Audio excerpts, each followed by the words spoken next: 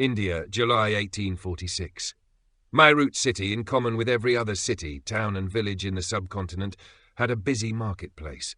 Every Thursday, a crowd would gather at midday near a neem tree that grew on the outskirts of the marketplace, because at this time every Thursday there would be entertainment for the crowd.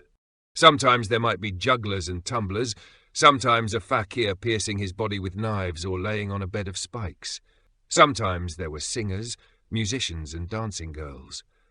The crowd's favourite, though, was always the magical act.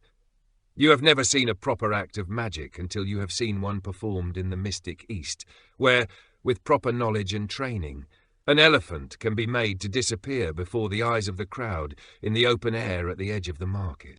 Captain Thomas Gore Carstairs had been in the subcontinent for 6 months or so, and was currently serving as a political officer with the small detachment of cavalry stationed just outside the walled city of Meerut. This was his first foreign posting, and he had been quite worried as to whether he would fit in or not. Fortunately, he had been accepted into the small expatriate community. This particular Thursday, the rumours circulating around the marketplace said that those who gathered near the neem tree were in for a particular treat. The fabled Indian rope trick was to be performed by the finest practitioner in Uttar Pradesh, possibly the finest in all of North India. By midday, a large crowd had gathered, and the sweetmeat and drink vendors were doing a roaring trade under the furnace of the summer sun.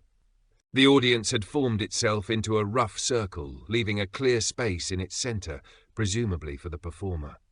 Gore Carstairs wondered how the star turn was supposed to take the stage, as it were, without being obliged to force a way through the expectant throng. Suddenly a trumpet blast came from the direction of the city. Heads turned in that direction, but nothing out of the ordinary could be seen. As the crowd turned its attention back to the arena, there was a flash, a loud bang, and a huge ball of smoke filled the area. It cleared slowly to reveal a small, wizened figure. There was nothing small or wizened about the voice that issued from the figure, who now addressed the crowd in Urdu, a language with which Gore Carstairs was doing his best to master. The speaker had the appearance of a benign elderly Indian gentleman, but was dressed as a Chinese mystic in flowing pink and yellow robes. Friends, friends. After many years wandering and learning the secrets of the mystics of China, I now return to my homeland to apply this knowledge to the traditional magic of Hind. Friends, you will now see familiar tricks performed in ways that will truly amaze you. But first I must introduce myself. I am Jadoo. As he intoned his name, he gave a flourish of his left hand. There was another flash, bang and cloud of smoke, although on a somewhat smaller scale. When the smoke had cleared, an even smaller figure had appeared, a young boy of some 6 or 7 years, dressed in white pyjama trousers and a white puggaree. And this is my young associate, Devu. This brought an enthusiastic reaction from the audience.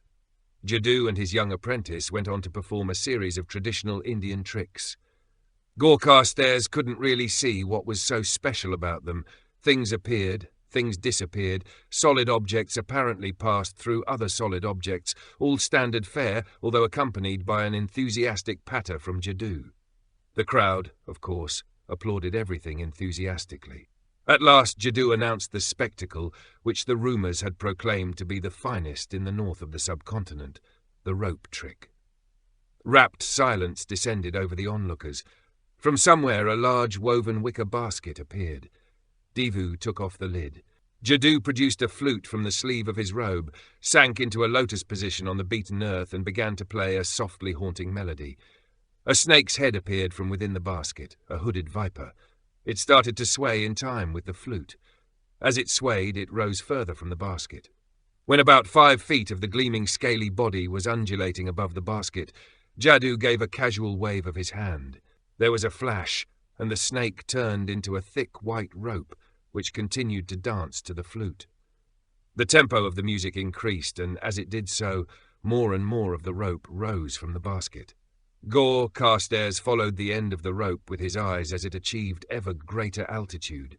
When 50 feet or so had exited the basket, Jadoo stopped playing the flute and made a series of passes with his hands.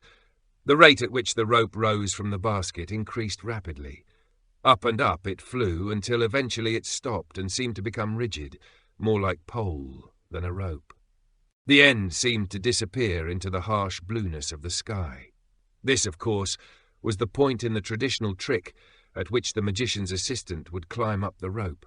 The rope would then fall back into the basket, which would then be picked up by the magician and carried away to the tumultuous applause of the audience. The assistant would reappear from the midst of the crowd and take up the collection. Devu approached the rope and put a hand on it, as if about to grab it in readiness for his ascension to the dizzy heights. Something stopped him from proceeding with his climb. He turned to his master. "Sahib! Come away, Devu!" A gasp rose up from the crowd. All heads were angled upward, all eyes on the far end of the rope. Something was happening up there. The blueness of the sky where the rope seemed to disappear into it was now tinged with grey. As the crowd watched, the grey grew darker and darker. There appeared to be some movement, a sort of swirling. Before their very eyes, a cloud was forming, a dark grey woolly mass, flecked with darker, almost black patches and shot through with harsh silver bolts of silent lightning. As it increased in size, the base of the cloud sank lower and lower, absorbing the rope. The lowering cloud base stopped about 30 feet from the ground, but the cloud itself continued to grow in size until it blotted out the whole of the sky. It was at this point that some of the audience decided that they had business elsewhere. This did not seem to be part of the trick. The eyes of those who remained were drawn to that point at which the rope disappeared into the swirling greyness. For a long moment nothing seemed to happen. Then a gasp went up from the crowd as a leather-clad foot descended, followed by a khaki-clad leg. The leg insinuated itself around the rope, and then the figure of a man could be seen climbing carefully down the rope. When he had descended some 10 feet, he stopped and shouted upwards, as if to an unseen companion. "It's all clear, Ed. Send the guys down." Gore Carstairs gasped. The man had spoken in English, with what he recognized as an American accent. He could see now that the man was white, although his face was deeply tanned by the sun. The man who had spoken continued his descent. He was followed by another 13 white men. When the last of the 14 had climbed down and stood away from the rope, they stood in a loose group and looked around. They totally ignored the awestruck audience.